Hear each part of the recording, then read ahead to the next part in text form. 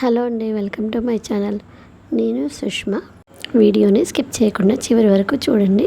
మీకు నచ్చితే తప్పకుండా లైక్ చేయండి. అలాగే మీరు మా ఛానల్ని ఫస్ట్ టైం కనుక చూస్తున్నట్లయితే సబ్స్క్రైబ్ చేసుకొని పక్కనున్న గంట సింబల్ని యాక్టివేట్ చేసుకోండి. ముందుగా టిప్ నెంబర్ 1 చూడండి. ఇలాంటి ఖాళీ అయిన జామ్ డబ్బాలు ఉంటాయి కదా, వీటిని తీసుకున్నానండి. వీటి బదులు మనం ఖాళీ అయిన పెరుగు డబ్బాలైనా తీసుకోవచ్చు అనమాట. దీంట్లో నేను ఒక 2 స్పూన్స్ వరకు రైస్ అయితే వేస్తున్నానండి, బియ్యము. నెక్స్ట్ దీంట్లోనే మన టాల్కమ్ పౌడర్ ఉంటుంది కదా, ఫేస్ పౌడర్, దాన్ని వేస్తున్నాను అనమాట. ఇలా కొద్దిగా వేసుకున్న తర్వాత ఈ రెండింటిని చక్కగా మిక్స్ చేసుకోవాలండి. అలాగే ఇలా మూతకి నేను హోల్స్ చేసి పెట్టుకున్నాను. ఇప్పుడు దీనికి మూత పెట్టేసుకొని మనం బాగా షేక్ చేసుకోవాలన్నమాట ఈ డబ్బాని. ఇప్పుడు దీన్ని మనం కప్బోర్డ్స్లో బట్టల మధ్యలో పెట్టుకున్నాం అనుకోండి, బ్యాడ్ స్మెల్ అనేది రాకుండా ఉంటుందన్నమాట. ఈ రైస్ అనేది ఏంటంటే మాయిశ్చర్ని లాగేసుకుంటుంది, మనకి పౌడర్ వల్ల చక్కటి స్మెల్ అయితే వస్తుందండి. నెక్స్ట్ టిప్ నెంబర్ 2, మనం పోపులకి ఇలాగా ఎండుమిరపకాయలు అయితే యూస్ చేస్తాం కదండి. వీటిని పోపు వేశాక అప్పుడు మనం ఇలా తుంచుతూ ఉన్నామనుకోండి, చాలా టైం అనేది వేస్ట్ అవుతుంది.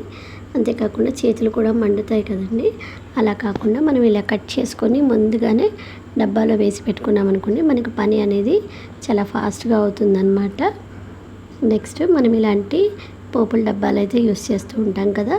ఇలా యూస్ చేస్తున్నప్పుడు అడుగున అన్నీ పడిపోయి తొందరగా పురుగు అనేది వచ్చేస్తుందండి. తర్వాత క్లీన్ చేసుకోవడం కూడా చాలా ఇబ్బందిగా ఉంటుంది కదా.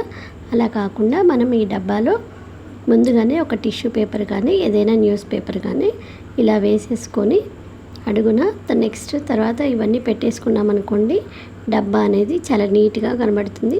ఎప్పుడైనా అందులో పడిపోయినా కూడా మనకి క్లీన్ చేసుకోవడానికి ఈజీగా ఉంటుందండి. ఐ హోప్ ఈ టిప్ కూడా మీ అందరికీ యూజ్ అవుతుందని అనుకుంటున్నానండి. మీకు నచ్చినట్లయితే తప్పకుండా లైక్ చేయండి. నెక్స్ట్ మనం ఒకేసారి ఎక్కువగా ఇలా పచ్చిమిరపకాయలు తెచ్చిపెట్టుకున్నప్పుడు తొడిమిలు అనేది తీసి పెట్టుకుంటాం కదండి. సో అలా తీసినప్పుడు చేతులు అనేవి బాగా మంట వచ్చేస్తూ ఉంటాయి, కొంతమందికి పడదు కదండి. సో అలా కాకుండా మనం తొడిమిలు తీసే ముందు ఇలా క్యారీ బ్యాగ్స్ని చేతులకి కట్టుకొని తీసామనుకోండి, చేతులు అనేవి మంట రాకుండా ఉంటాయన్నమాట. పని కూడా చాలా ఈజీగా అయిపోతుందన్నమాట. మీలో ఎవరికైనా ఈ టిప్ తెలిస్తే కామెంట్ చేయండి. నెక్స్ట్ టిప్ వచ్చేసి చూడండి, మనం ఇలాగా సబ్బు అయితే యూస్ చేస్తూ ఉంటాం కదా. గిన్నెల సబ్బుని డబ్బాలో డైరెక్ట్గా పెట్టామనుకోండి, అది బాగా నానిపోయి డబ్బా అంతా అంటుతుంది. సబ్బు వేస్టేజ్ అనేది చాలా ఎక్కువగా ఉంటుందన్నమాట. అలా కాకుండా ఉండాలి అంటే నేను ఇక్కడ చూడండి 2 బాటిల్ క్యాప్స్ తీసుకున్నానండి. వీటిని ఇలాగా ఆల్ఫిక్స్ గమ్ తోటి మనం డబ్బాలో అడుగున అతికించుకోవాలన్నమాట. నెక్స్ట్ పైన ఇలాంటి స్క్రబ్బర్ ఉంటుంది కదా, స్క్రబ్బర్ పెట్టేసుకొని దాని మీద మనం సబ్బును పెట్టుకున్నట్లయితే ఆ వాటర్ అనేది మొత్తం కిందికి జారిపోతాయి. మనం ఎప్పటికప్పుడు తీసేసుకోవచ్చండి. సబ్బు ఒకవేళ నానినా కూడా స్క్రబ్బర్కి అంటుతుంది కాబట్టి లాస్ట్కి వచ్చాక స్క్రబ్బర్ తోటే డైరెక్ట్ మనం తోమేసుకోవచ్చు అనమాట. వేస్టేజ్ అనేది తగ్గుతుందండి. నెక్స్ట్ మనకి వంటింట్లో ఒక్కొక్కసారి మనకు తెలియని ఏదో బ్యాడ్ స్మెల్ అనేది వస్తూ ఉంటుంది కదండి. నాన్ వెజ్ వండినప్పుడు అనే కాకుండా మామూలు రోజుల్లో కూడా ఏదో తెలియని స్మెల్ అనేది వస్తూ ఉంటుంది. సో అలాంటప్పుడు నిమ్మ చెక్క ఉంటుంది కదా, అది హాఫ్ తీసుకున్నాను. దానికి ఇలా లవంగాలు ఉంటాయి కదండి, వీటిని గుచ్చుతున్నాను అనమాట. ఇలా పెట్టేసుకొని మనం కిచెన్లో ఏదైనా ఒక మూల పెట్టుకున్నాం అనుకోండి, ఆ బ్యాడ్ స్మెల్ అనేది తగ్గుతుందన్నమాట. మంచి సువాసన అనేది వస్తుంది. అంతేకాకుండా దీనివల్ల నెగిటివ్ ఎనర్జీ కూడా చాలా వరకు తగ్గిపోతుందండి. తప్పకుండా ఈ టిప్ని అయితే ట్రై చేసి చూడండి. నచ్చినట్లయితే తప్పకుండా లైక్ చేయండి. నెక్స్ట్ చపాతీ పిండిని చేతితోటి గట్టిగా తడపలేని వాళ్ళకి ఈ టిప్ చాలా బాగా పనిచేస్తుందండి. పిండి అనేది చాలా సాఫ్ట్గా వస్తుందన్నమాట. ముందుగా మనం లైట్గా వాటర్ పోసి ఇలా పైన కలుపుకొని పెట్టుకోవాలన్నమాట. ఇలా ముద్దలాగా కలిపి పెట్టుకున్న తర్వాత నెక్స్ట్ ఈ రోలు ఉంటుంది కదండి, మనం అల్లం దంచుకునేది, దాంతో గట్టిగా ఇలా ఇంపేసామనుకోండి, పిండిని గట్టిగా కొట్టామనుకోండి, అది చాలా సాఫ్ట్గా అవుతుందన్నమాట. మనం చేతితోటి అంత సాఫ్ట్గా కలపాలంటే చాలా టైం తీసుకుంటుందన్నమాట, హ్యాండ్ నొప్పి అనిపిస్తుంది. సో ఇలా ట్రై చేసి చూడండి, పిండి అనేది చాలా సాఫ్ట్గా వస్తుంది. చపాతీలు కూడా చాలా బాగా వచ్చాయండి.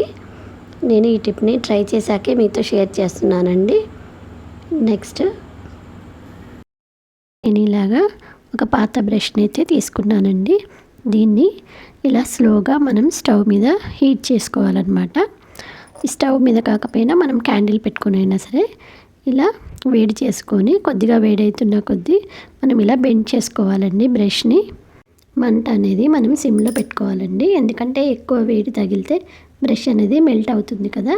చూడండి ఇలా వచ్చాక మనం ఇలాంటి గాజు సీసాలు ఏవైనా క్లీన్ చేసుకోవాలనుకోండి, డైరెక్ట్ నార్మల్ బ్రష్తో అయితే సరిగ్గా క్లీన్ అవ్వదండి. చూడండి ఇలా బెండ్ అవ్వడం వల్ల మనం క్లీన్ చేసేటప్పుడు లోపల చక్కగా క్లీన్ అవుతుందన్నమాట. బాటిల్స్ క్లీనింగ్ బ్రష్ ఉంటే ఓకే అండి, అది లేనప్పుడు మనం ఇలా బ్రష్ని యూస్ చేసుకోవచ్చండి. ఐ హోప్ ఈ టిప్ మీకు నచ్చిందని అనుకుంటున్నానండి. నెక్స్ట్ చూడండి, మనం స్టవ్ మీద ఒక్కొక్కసారి చిన్న గిన్నెలు పెట్టాల్సి వచ్చినప్పుడు అవి పెట్టిన కొద్దీ ఇలా పడిపోతూ ఉంటాయి కదండి. అలాంటప్పుడు మనకి డైనింగ్ టేబుల్ మీద ఇలాంటి స్టాండ్స్ ఉంటాయి కదా, ఈ స్టాండ్ని పెట్టేసి మనం పెట్టుకున్నాం అనుకోండి ఈజీగా పడిపోకుండా ఉంటుందన్నమాట. నెక్స్ట్ టిప్, మనకి డబ్బాల్లో గ్రాసరీస్ అనేవి నిండుగా ఉన్నప్పుడు పంచదార కానీ టీ పొడి కానీ ఇలా స్పూన్ పెట్టామనుకోండి డైరెక్ట్గా లోపలికి వెళ్ళదనమాట. సో అలా కాకుండా మనం స్పూన్ ఇలా తిరగేసి పెట్టామనుకోండి ఈజీగా లోపలికి వెళ్తుంది. మనకి మూత పెట్టుకోవడం కూడా చాలా ఈజీగా ఉంటుందండి. ఈ టిప్ మీ అందరికీ యూజ్ అవుతుందని అనుకుంటున్నానండి. నేను ఇలాగా జల్లెల్లో గాజులు అనేవి తీసుకున్నానమాట. ఇప్పుడు మనం అందులో పిండి వేసి జల్లించుకున్నాం అనుకోండి, బ్యాంగిల్స్ బరువు వలన పిండి అనేది చాలా తొందరగా కిందికి వచ్చేస్తుందండి. సో పని అనేది చాలా ఫాస్ట్గా అవుతుందన్నమాట.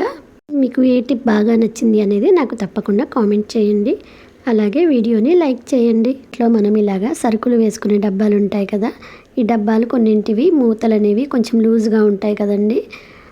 ఇక్కడ మా చక్కెర డబ్బా మూత అనేది లూజ్గా ఉండడం వల్ల చక్కెర అంతా చీమలు పడుతుందన్నమాట. చూడండి, నేను ఇక్కడ ఒక స్వీట్ షాప్ రబ్బర్ బ్యాండ్ తీసుకుంటున్నానండి. ఈ రబ్బర్ బ్యాండ్ని మనం డబ్బాకి ఇలా వేసుకోవాలన్నమాట. నెక్స్ట్ ఇలాగా మూత పెట్టుకోవాలండి. ఇలా పెట్టుకోవడం వల్ల మనకి ఏంటంటే మూత అనేది చాలా టైట్గా ఉంటుందండి. అంతేకాకుండా లోపలికి ఎయిర్ వెళ్ళకుండా ఎయిర్ టైట్గా కూడా ఉంటుందన్నమాట.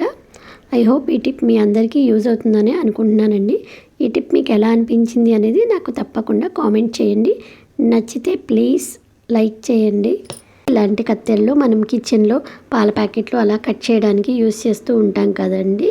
సో ఇవి కొద్ది రోజుల తర్వాత షార్ప్నెస్ అనేది తగ్గుతుందనమాట. సో అలాంటప్పుడు మనం నెయిల్ పాలిష్ని ఇలా బ్యాక్ సైడ్ తిప్పి రబ్ చేసామనుకోండి కత్తెర చక్కగా షార్ప్ అవుతుందండి. ఇలా కత్తెరలు అనే కాదు, మనం కూరగాయలు కట్ చేసే చాకులు కూడా ఇలా మనం షార్ప్ చేసుకోవచ్చు అనమాట. ఐ హోప్ ఈ టిప్ కూడా మీ అందరికీ నచ్చిందని అనుకుంటున్నానండి. మీకు ఎలా అనిపించింది అనేది తప్పకుండా కామెంట్ చేయండి. Thank you for watching.